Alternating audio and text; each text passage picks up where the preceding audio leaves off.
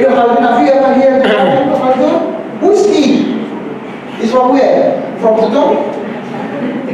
From where? You don't know? No, I'm looking for. I say it is all. So everybody belongs to. Okay? Where is he from? Okay. So Ibn Khaldun is another scholar. So which says that Khilafah means to assist people to do what? To assist people, to help people, to do what? To live in accordance with the Islamic rule.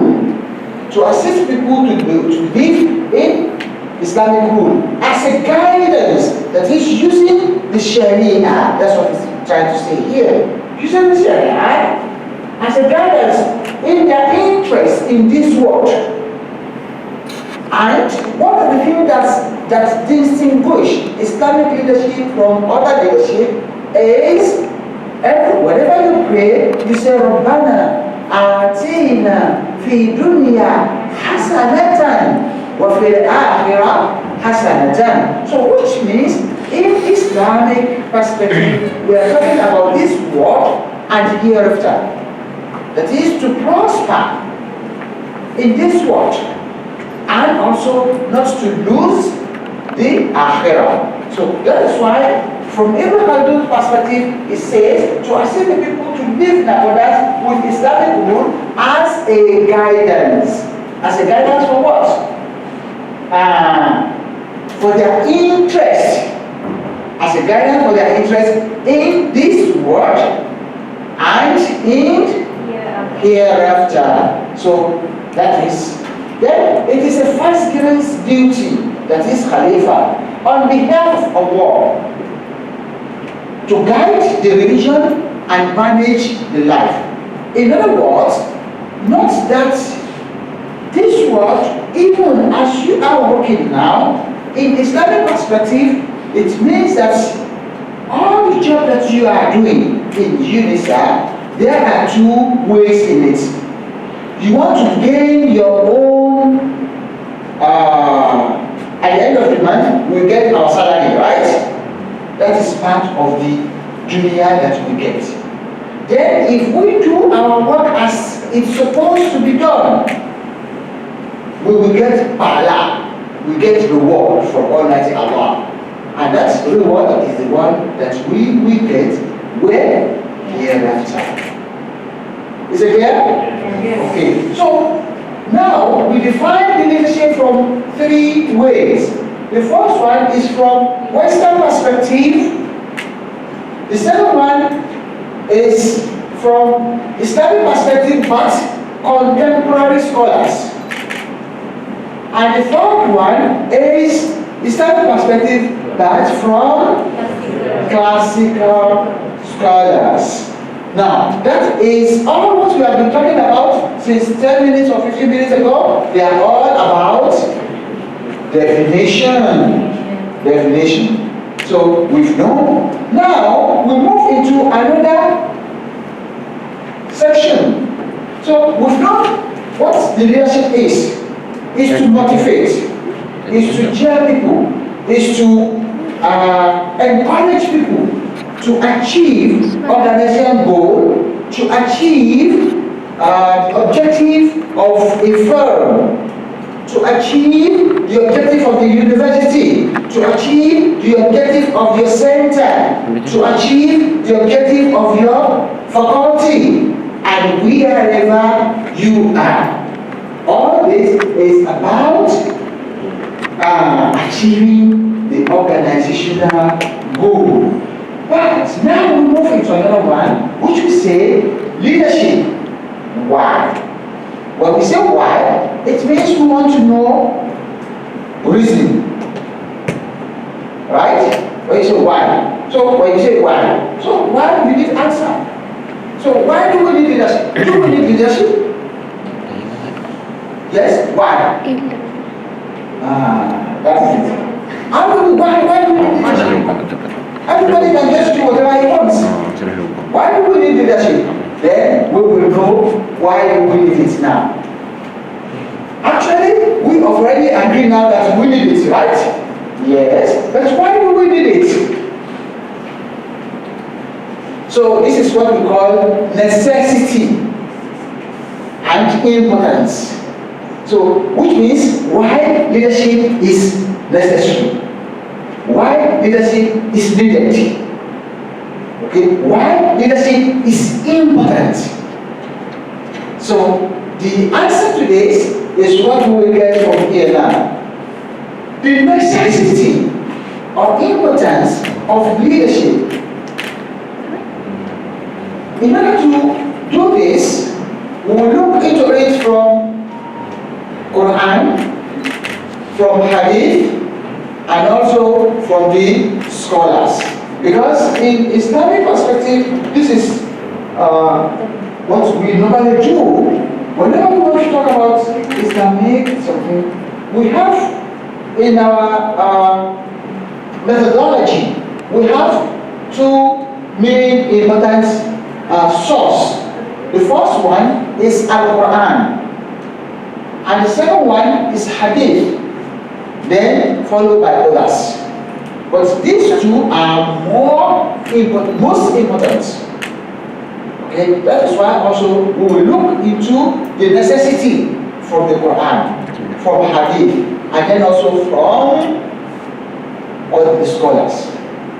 Okay? Now, in the Quran, as a primary source of Islamic scholarship, it says in the Surah Al-Imran, verse 104, بعد الاستعاذة والبسملة, Allah says, وَلْتَكُمْ مِنْكُمْ أُمَّةٌ.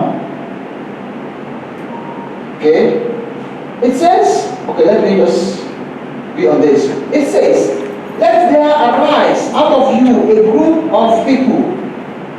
وَلْتَكُمْ مِنْكُمْ أُمَّةٌ. And the Ummah, ماذا يفعلون? This Ummah, what are they going to do? ماذا يفعلون? Inviting all that is good.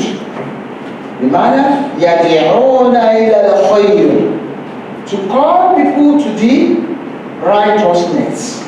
That is to call people to do good. That is what the other one called inviting or motivating people to do what is necessary, to do what is good.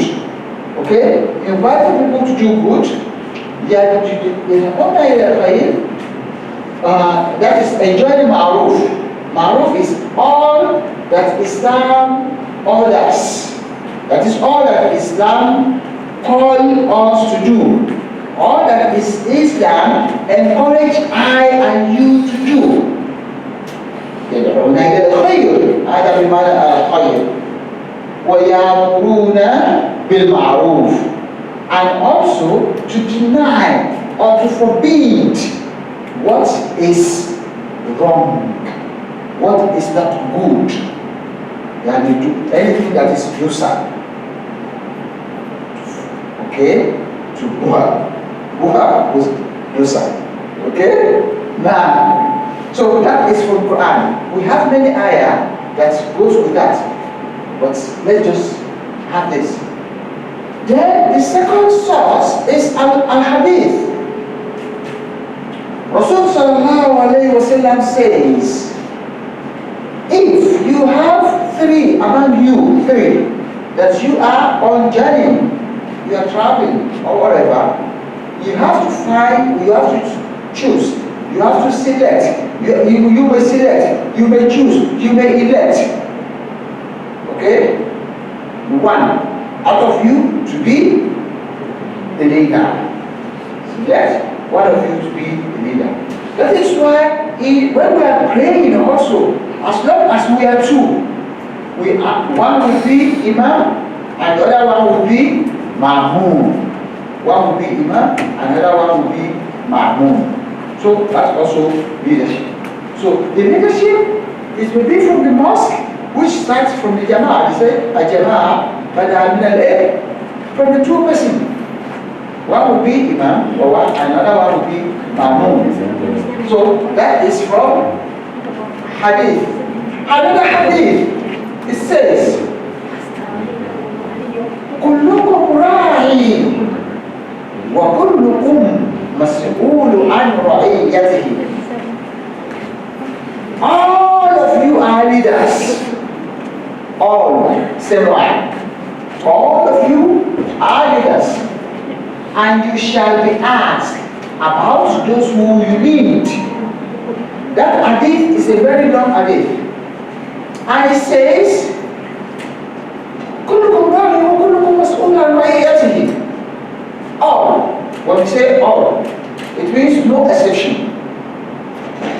So in your faculty, your dean may be your leader, which is your leader. In your department, your director will be your leader. And you also, you are leader in your own department. Most of you are AR, right? You are responsible for the administration of your department. It means you are leader. The hadith goes on, it says that a female is a leader in her house, because she has to take care of the house. So she is a leader of the house. And this goes on, it says that even a slave is a leader. Then you can say, how can a slave be a leader? Yeah, a slave is a leader, and he is responsible for the goods of his master. And he or she will be asked on how he managed the goods or the properties of his leader. That is why here I say, all of you are leader. So, as a man also, you have a leader also in your house as head of the family. After you're already married, you have your wife, you have your kids. How are you going to raise your kids? If you have not yet, you are still a leader. Because you are working now, you are earning money. How are you managing this money? Okay? So that is why it says, كلكم راعي وكلكم مسؤول عن رعيته. So which means we are now talking about what? What are we talking about? The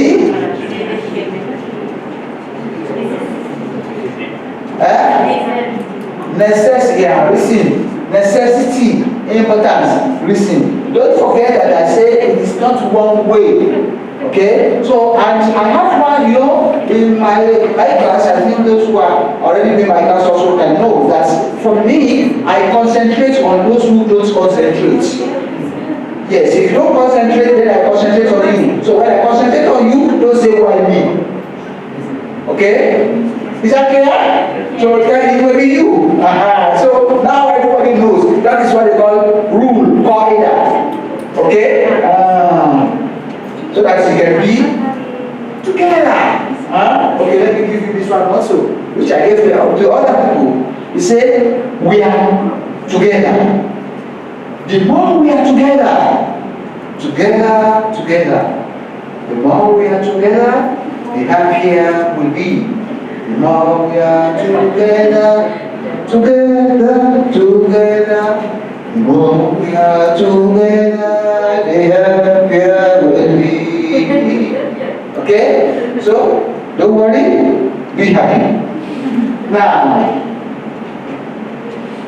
so we continue on the same importance on the reason. Now,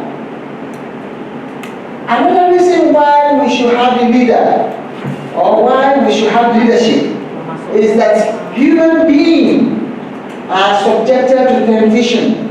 You know the meaning of temptation? You know? It's what? Check it out. It's what? Human beings are subjected to temptation. Love to do bad things. To do good things, you will not be good things is not easy to do. But bad things, oh, easy. If you see this building, okay, maybe it cost them like almost 2-3 years to build. But if they want to demolish, it doesn't take a day. Right? So human beings are subjected to temptation, love to do bad things. Why many of them, this is very, very important, why many of them are criminals by professional. That is, they are professional criminals.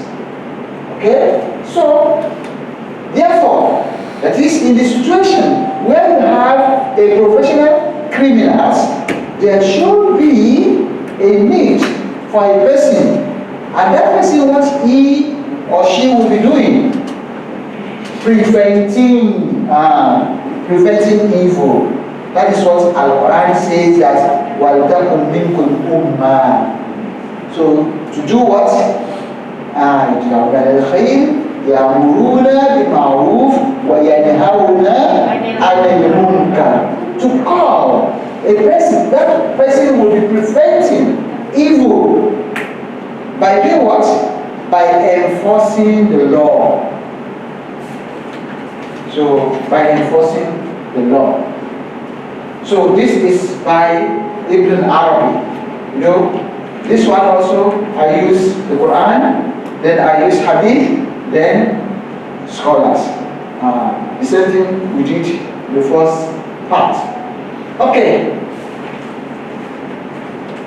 Another scholar which we have already used is what? We are going to use this word again here, which is Ibn Taymiyyah, Taqiyuddin.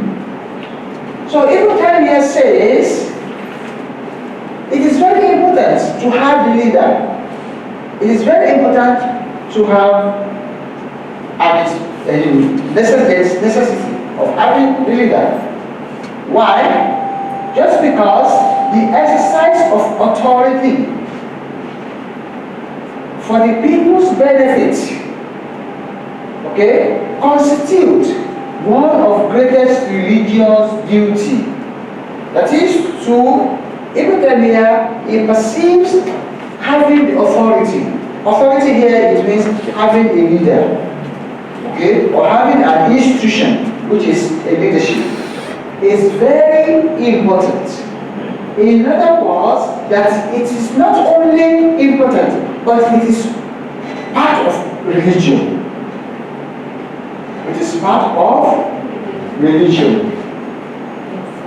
Without which neither religion nor a well ordered world can be established. That is, if there is no leader, religion will not go well. Likewise, the world will be scattered. So, in order for religion to go smoothly, and in order for worldly to go smoothly as well, there must be a leader to control, to be in a position, okay, to reward those who do good and to punish those who do otherwise. Okay, to reward those who do good and to smile to those who do good and to frown to those who do otherwise. Are we communicating? Okay. Now, another scholar who happens to be Maududi, he says, we need a group of people. What that group of people will be doing? To control, to maintain, to motivate, to manage the affairs of the people, the affairs of the company, the affairs of the college, the affair of the university, the affairs of which organization that you are. It will be in different organization, right? So that is why we need group of people to do this. So all this is about why do we need the leadership, why it is necessary.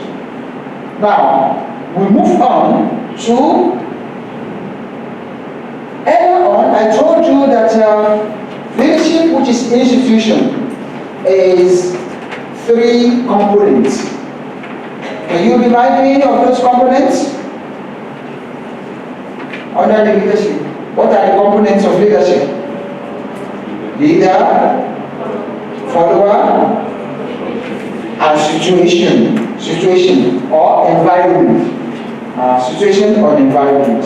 Okay, these 3, but because our topic, we will not talk much about the followers and all that. So we will just mention part of it. Here now we'll talk about the characteristics of leader. So what is characteristics? The characteristics of leader means the features of leader. As a leader, what you must possess as an hero. You want to be the hero. What do you need to possess before we can call you a leader? What are the things that is compulsory for you to have?